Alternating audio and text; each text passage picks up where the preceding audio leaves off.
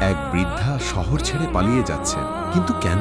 কিসের এত আতঙ্ক তার চোখে মুখে? তিনি কার ভয়ে নিজের ঘরবাড়ি ছেড়ে পালাচ্ছেন?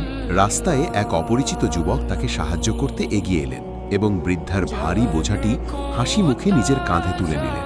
পথে হাঁটতে হাঁটতে বৃদ্ধা সেই যুবককে সাবধান করে দিয়ে বললেন, শোনো বাছা, এই শহরে মোহাম্মদ নামে এক জাদুকর এসেছে।